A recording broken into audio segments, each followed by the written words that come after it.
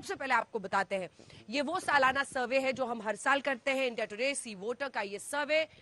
1.5 लाख लोग, 1,49,000 से ज्यादा लोगों के बीच में हम पहुंचे हैं।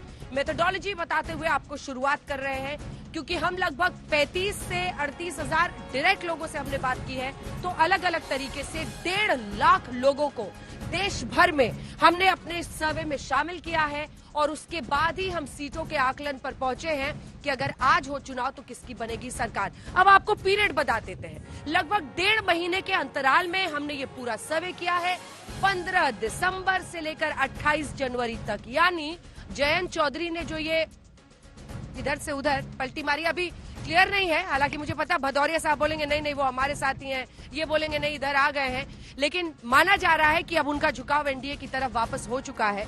तो जयंत चौधरी के ऐलान के पहले का ये नंबर्स है, उसके पहले का ये सर्वे है। तो सबसे पहले शुरुआत करते हैं ये बताते हुए कि जब 2019 में इसी उत्तर प्रदेश की 80 सीटों पर हुए थे चुनाव, तो जनता ने किसकी झोली में कितनी सीटें डाली थी। देखिए 2014 से तो बीजेपी का आंकड़ा गिरा था, जो 2014 में वो 70 पार गए थे अपने गठबंधन के साथी के साथ। यहाँ पर 2019 के नतीजे आपको सबसे पहले बता रहे हैं, जिसमें उन्हें आई थी 62 सीटें। तो सबसे पहले हम आपको नंबर्स बता रहे हैं पिछली बार का। सबसे पहले वोट प्रतिशत बता देते हैं, वोट प्रतिशत आपको बता देते हैं सबसे पहले। तो वोट प्रतिशत में देखिए 2019 में जो वोट प्रतिशत है वो 49.97, लगभग 50%। और ये अपने आप में एक राइज था 2014 के चुनाव से, जब पीएम के उम्मीदवार के तौर पर नरेंद्र मोदी सामने आए थे, उससे बेहतर प्रदर्शन पिछली बार रहा था। हालांकि सीटें घटी थी, ये भी दिलचस्प है, वोट प्रतिशत उनका बढ़ा था और वो पहुंच गए 49%, 49.97%। अब आपको बताते हैं समाजवादी पार्टी 18.11, कांग्रेस पार्टी 6.36। ये पिछली बार का वोट प्रतिशत था। आप सीटें बता दे रहे हैं, 62 सीटें आई थी भारतीय जनता पार्टी की, 1 सीट कांग्रेस पार्टी की। अखिलेश यादव जी लाए थे 5 सीट, 10 सीटें मायावती जी को। गठबंधन हुआ था, कुछ रंग नहीं ला पाया, क्योंकि बीजेपी अपनी परफॉर्मेंस को दोहरा पाई। 8 सीटें जरूर कम हुई थी, लेकिन वोट प्रतिशत में वो काफी आगे बढ़े थे।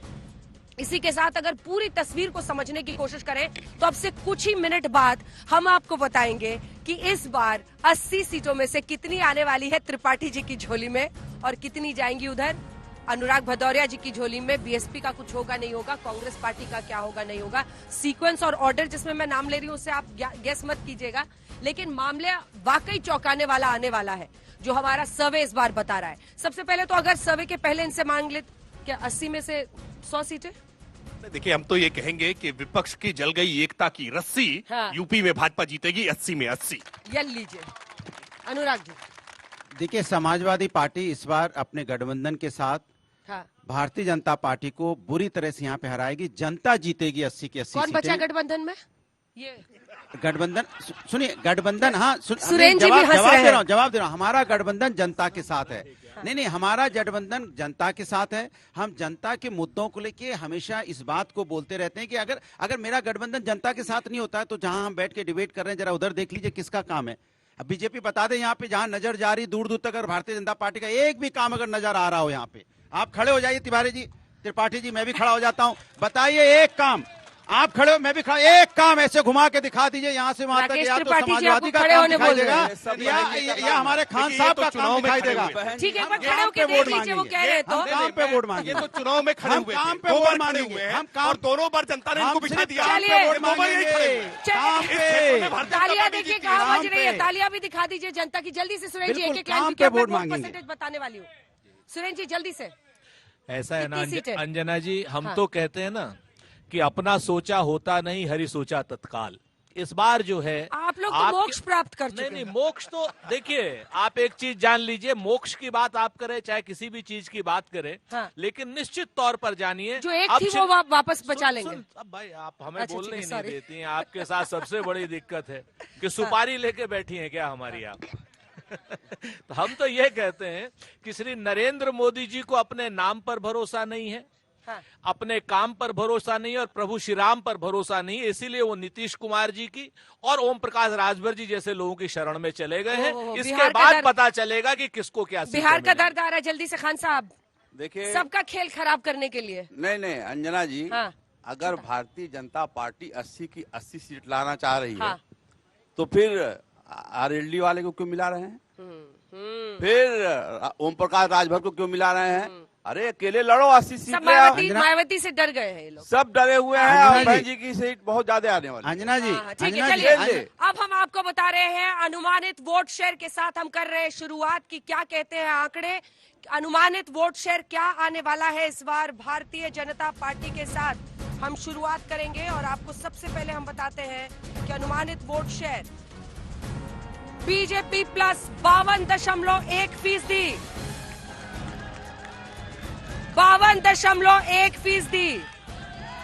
पिछली बार 0.02 से पीछे रह गए थे, इस बार 50 पार, 52%। इतना गुस्से में ना देखिए भदौरिया साहब, उधर देखिए। 52%, 52.1, 30%, 30.1% अखिलेश यादव यानी समाजवादी पार्टी, और कांग्रेस पार्टी 5.5%। ये जो अभी तक के नंबर्स आए हैं वो हम आपको बता रहे हैं। नंबर कैसे पढ़ेंगे पता आपको अंजना जी? अंजना आपको जी, सीट परसेंटेज भी बताने वाले हैं। अंजना जी, सीट परसेंट, अंजना जी, अभी टाइम मिलेगा, बहुत टाइम है। अंजना जी, अभी तो सुनिए तो सही, अभी तो ये आंकड़े भी फर्जी लगेंगे आपको। आइए सबसे पहले आपको दिखाते हैं अब कि क्या सीट शेयर आने वाला है, क्योंकि सीट शेयर में जो नंबर्स हमारे पास आ रहे हैं वो कुछ देर में बताएंगे। वोट शेयर पर शुरुआत कर लेते हैं जल्दी से। वोट शेयर तो आप लोग 50 क्रॉस कर गए हैं, लेकिन 370 पीएम ने कह दिया है सिर्फ बीजेपी, और उसके लिए तो आपको मतलब 70 प्लस लाना पड़ेगा ना उत्तर प्रदेश में। देखिए हम बिल्कुल पूरी तरह से आश्वस्त हैं कि 100 में 60 हमारा है, बाकी में बंटवारा है और बंटवारे में भी हमारा है। हम इसलिए आज भारतीय जनता पार्टी का जो संगठनात्मक तंत्र है ना, वो संगठनात्मक तंत्र इतने निचले स्तर पर, हर बूथ लेवल पर, हर पन्ने पर, हर पेज पर हमने जो कार्रवाई की है, हम उसके आधार पर पूरे भरोसे के साथ कह सकते हैं कि भारतीय जनता पार्टी अपने संगठनात्मक ढांचे के आधार पर, केंद्र की और राज्य सरकार की उपलब्धियों के आधार पर हम हर परिवार तक पहुंचे हैं। और आज जैसे हमने लाभार्थी बनाया है, कोई जाति नहीं, कोई पार्टी नहीं, कोई मजहब नहीं, कोई क्षेत्र नहीं, सबको साथ लेकर के चले हैं। सबका साथ, सबका विकास, सबका विश्वास और सबका प्रयास केवल कहा नहीं है, करके दिखाया है। और इसलिए हम कह रहे हैं कि आज ये वोट भारतीय जनता पार्टी के काम के आधार पर भारतीय जनता पार्टी के साथ जुड़ रहा है। और इसीलिए आज चाहे आरएलडी हो, चाहे सुभाषपा हो, सभी भाजपा की तरफ खींचे चले आ रहे हैं। देखिए सवाल कितना बड़ा। मैं तो बता रहा हूँ ना, मैं कह रहा हूँ कि कभी भी जब हम भारतीय जनता पार्टी के प्रवक्ता से बात करते हैं तो सबका साथ, सबका विकास की बात करते हैं। तो मैंने बस यही दिलाता हूँ, एक दादी माँ है बदायूं में, इनके एक सांसद धर्मेंद्र कश्यप जी उनको पीएम आवास की चाबी दे रहे थे, और चाबी देते पूछे बता रहे थे, दादी माँ किसी ने पैसे तो नहीं लिए? अरे भैया पैसा 30,000 रुपया हमसे ले लिया गया। एक दादी माँ से 30,000 रुपए आपके भाजपा के लोग ले लेते हैं। उनको 1,30,000 का तो पीएम आवास होता है, 30,000 रुपए आप उनसे ले लेते हो पीएम आवास देने के लिए। ये भ्रष्टाचार आपका नहीं है? ये भ्रष्टाचार नहीं है? अमेठी में एक व्यक्ति को आप पीएम आवास देते हैं, वो बेचारे के पास पैसा नहीं होता, कमाने के लिए दिल्ली जाता है कि डेंटिंग पेंटिंग करेंगे, उसके बाद